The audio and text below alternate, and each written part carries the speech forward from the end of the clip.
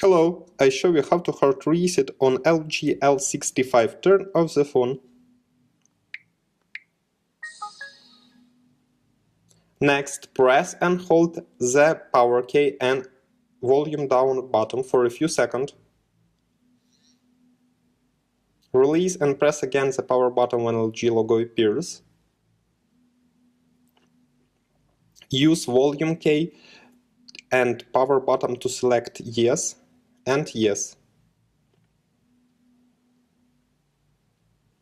Your device will now restart. Successfully, the hard reset is completed now. Subscribe to our YouTube channel and rate the video.